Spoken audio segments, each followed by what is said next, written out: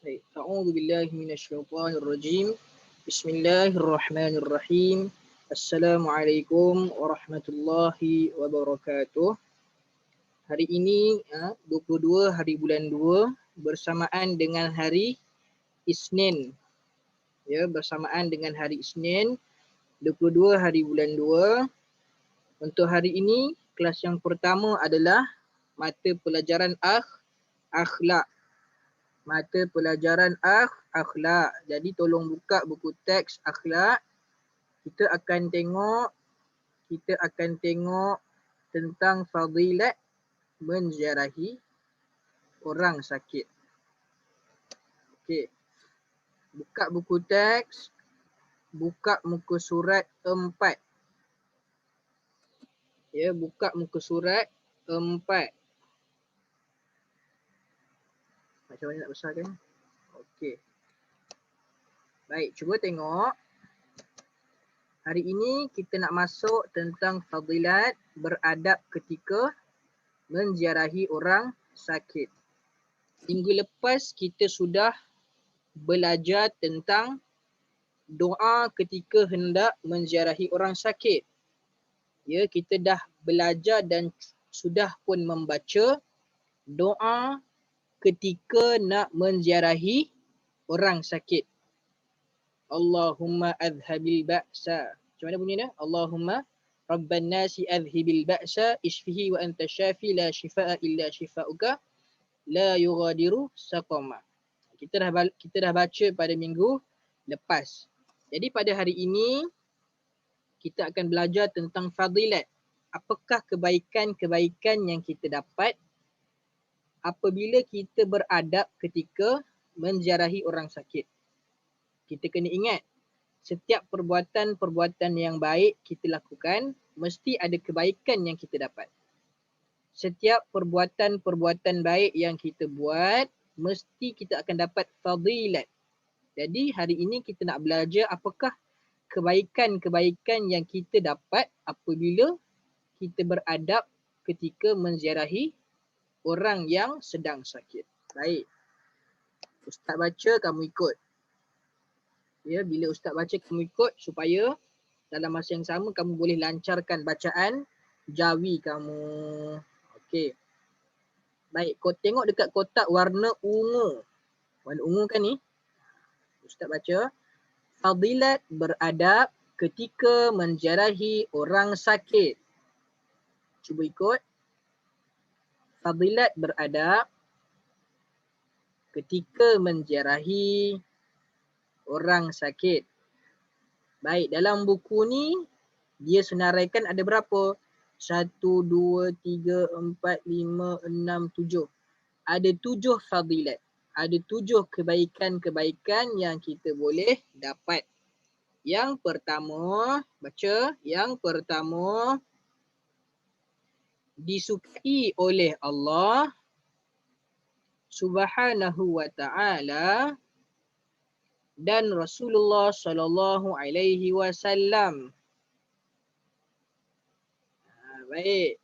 Jadi sudah tentulah apa-apa kebaikan yang kita buat sekalipun, apa-apa benda baik yang kita buat sekalipun mesti akan disukai oleh Allah dan Rasulullah. Sebab itu nanti kamu akan tengok dalam tajuk-tajuk yang seterusnya antara fadilatnya adalah sama juga. Disukai oleh Allah dan Rasulullah. Kenapa? Sebab ia adalah perkara yang baik. Beradab ketika ziarah orang sakit adalah perkara yang baik. Maka sudah tentu Allah akan suka. Rasulullah pun akan suka.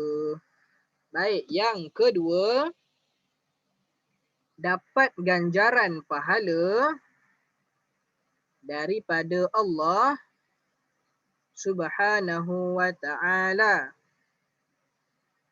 Yang kedua adalah kita akan dapat pahala. Kenapa dapat pahala? Kerana pahala adalah ganjaran bagi orang yang buat kebaikan. Beradab ketika ziarah orang sakit adalah benda baik. Bila kita buat benda baik, sudah tentu kita akan dapat pahala. Baik. Baik, yang ketiga. Yang ketiga, dapat mendoakan kesembuhan pesakit. Jadi apabila kita ziarah orang sakit, kita beradab ketika ziarah orang sakit, di antara kebaikan yang kita boleh dapat adalah kita boleh tolong doakan kesembuhan orang yang sedang sakit. Kenapa?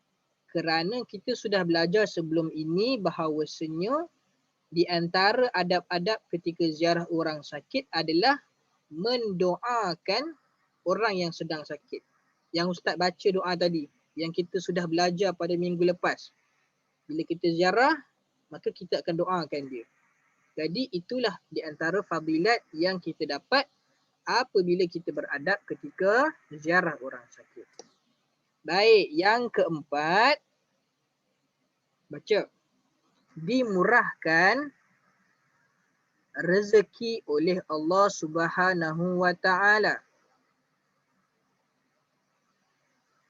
Bila kita beradab ketika ziarah orang sakit, maka Allah akan murahkan rezeki kita. Rezeki ini tak semestinya duit. Boleh jadi Allah murahkan rezeki dalam bentuk kesihatan, dalam bentuk kebahagiaan, dalam bentuk ketenangan. Maka semua itu adalah rezeki. Bila kita ziarah orang sakit, maka Allah pun sihatkan kita. Itu pun adalah bentuk rezeki. Baik, seterusnya. Yang kelima, mengeratkan hubungan silaturrahim. Yang kelima adalah bila kita beradab ketika ziarah orang sakit, kita akan dapat eratkan hubungan silaturrahim. Dapat eratkan hubungan silaturrahim. Maknanya hubungan kita dengan pesakit makin erat. Ataupun kita dapat eratkan hubungan kekeluargaan. Contoh keluarga kita ziarah keluarga orang yang sedang sakit. Maka terjalinlah hubungan di antara dua keluarga. Maka itu juga contoh macam mana hubungan itu dapat dieratkan hanya melalui dengan menziarahi orang sakit. Bila kita ziarah orang sakit, maka automatik hubungan di antara sesama Islam itu makin erat. Kalau kita ziarah kawan kita, maka hubungan kita dengan kawan bertambah erat. Bila kita ziarah saudara mara kita yang sedang sakit, maka hubungan kita dengan hubungan saudara mara makin erat, makin kuat. Boleh? Baik, seterusnya. Yang keenam, tengok mouse. Yang keenam, menggembirakan pesakit. Baik, kenapa pesakit gembira? Kerana bila kita ziarah orang sakit, kita beradab ketika ziarah orang sakit, maka sudah tentu pesakit itu akan gembira. Dia akan happy. Kenapa? Kerana bila kita ziarah dia, menunjukkan bahawa kita ingatkan dia. Kita tak lupa pasal dia. Kita sentiasa mengingati dia. Jadi dia sukalah. Dia gembira. Begitu. Baik. Jadi pesakit itu akan gembira bila ada orang ziarah. Lebih-lebih lagi dia ziarah dan dia beradab ketika dia menziarahi orang sakit. Baik, yang terakhir, yang nombor 7. Yang ke-7, memberi semangat kepada pesakit. Baik, jadi bila kita ziarah orang sakit, sudah tentu ini akan memberikan semangat kepada pesakit. Pesakit akan jadi semangat. Sebab kita ziarah, kemudian kita bagi kata-kata nasihat, kita bagi kata-kata semangat, maka pesakit itu pun akan jadi kuat. Kalau pada mulanya dia lemah nak menghadapi penyakit, kita ziarah dia, ramai orang ziarah dia, maka dia jadi kuat lah. Dia jadi semangat nak sembuh. Jadi banyak fadilat, banyak kebaikan-kebaikan apabila kita beradab ketika kita ziarah orang sakit. Boleh? Jadi untuk hari ini setakat itu sahaja. Ya, Ustaz rumuskan, Ustaz ringkaskan. Hari ini kita telah pun belajar tentang fadilat beradab ketika ziarah orang sakit. Kita dah belajar tentang 7 perkara yang kita dapat apabila kita beradab ketika ziarah orang sakit. Baik. Jadi setakat itu sahaja. Nanti kerja sekolah Ustaz akan bagi dekat grup WhatsApp. Jadi Ustaz nak minta kamu buat. Boleh? Minggu depan, 2 minggu lagi kita nak mula sekolah dah. Untuk darjah 3. Jadi bersedia untuk belajar di sekolah. Baik, Ustaz akhiri dengan lafaz Assalamualaikum warahmatullahi wabarakatuh.